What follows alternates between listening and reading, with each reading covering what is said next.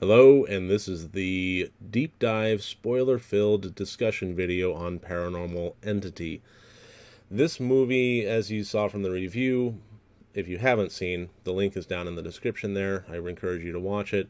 But from the review, it was a movie that surprised me in that I did like it. I thought that it could have done a lot of things a lot better, but it certainly wasn't at all bad, especially considering that it was a copycat cash grab movie of the Paranormal Activity movie. The uh, the portions that I kind of want to get into on this movie are elements that I think could have worked better, and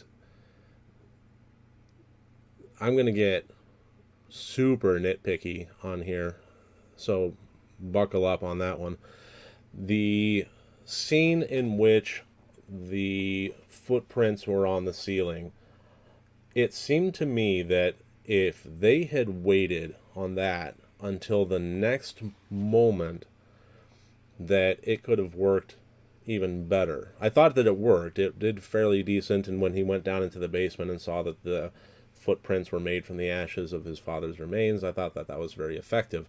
However, the next scene was he got his mom and his sister out of the house, and he started laying the bells and the fishing line, and it I couldn't help but have it in my brain about how much better I think that could have worked if the footprints had been held off. If he had got his mom and his sister out of the house and he started laying the fishing line with the bells across the bottom of the doorways, and then didn't hear anything but woke up and saw footprints on the ceiling, I think it would have shown an intelligence and I'm messing with you kind of nature to the demon, that you're going to lay out fishing line and you're going to lay out bells and you're going to try and track me. Well, then I'm going to walk on the ceiling, damn it. So I thought that that was just a little bit of a tweak, a little bit of a missed opportunity. Like I said, this is going to get really super nitpicky, but I think that that portion could have worked better. The other thought that I had was the scare that it set up but didn't ultimately deliver was the sister in the attic. That was very long, very drawn out, and I think, to be critical, a bit too long and drawn out to ultimately have no fear-based conclusion to it. And I think that that would have been a perfect time for her to turn around and then have some sort of demonic facial CG thing happen just for a split second.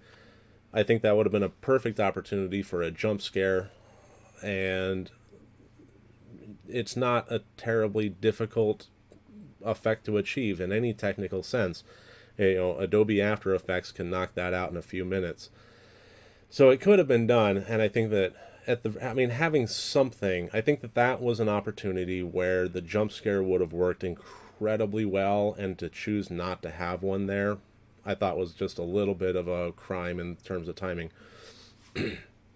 The portion of it that dealt with the rape of the daughter, that was an element that when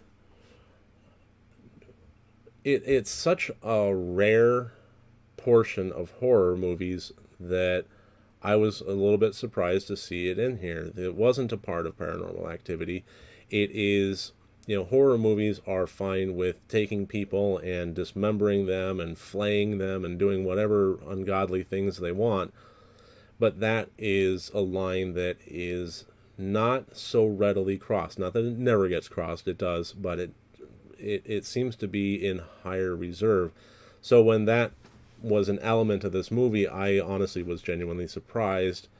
And to me, it's not a positive necessarily, but I think it did up the ante and it did make it a more powerful, pungent, higher stakes, and overall more raw movie. And even though you really didn't see a whole lot, I mean, it was clear that, I mean, the rape from the demon happened at the very end during the death thing, as at least as I understand it. But there were moments of increasing sexual aggression against her throughout.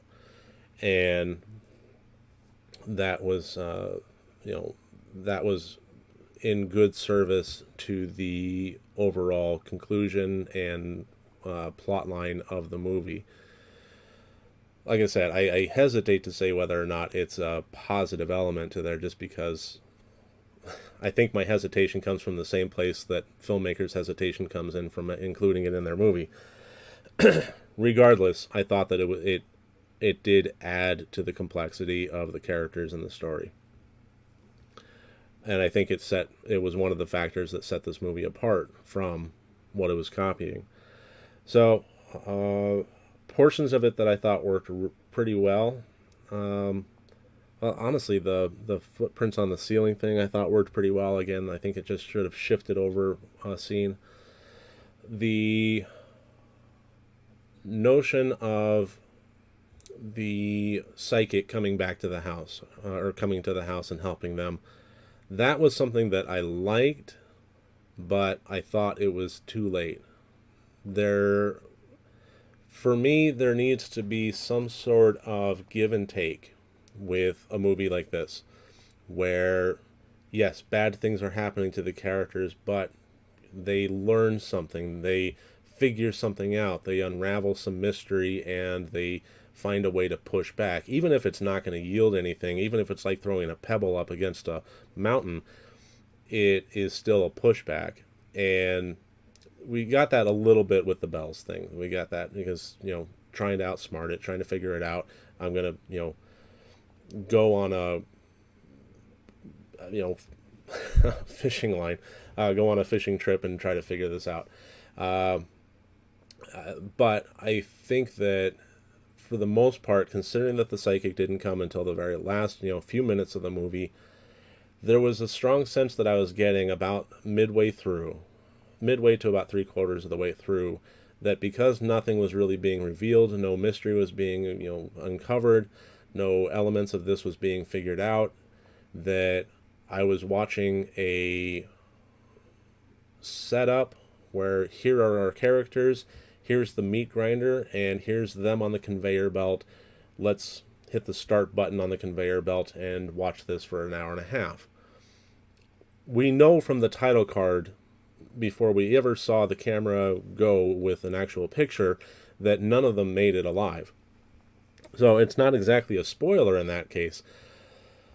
What makes it interesting at that point, since we're entering into the knowledge of everybody dies at the start of the movie, what makes it interesting is what happens until that point. How does it lead up to that? At what turns them from alive to dead, and how do they go about it? And if they're simply sitting on the conveyor belt being ushered towards the meat grinder, it becomes a little less interesting. I think that the psychic should have come sooner. I think that there should have been more reveals as far as what was going on. If they could have done just simple little things that would have been very easy within their budget. Have a scene where the brother is gone for the morning and then comes back and he brings some books back with him from the library and just starts figuring things out. Or, hops on the internet and figures things out. The name that was written there, the whole thing about the folklore and the Germanic word, I think could have been figured out sooner and figured out how to bring that into the plotline element of it.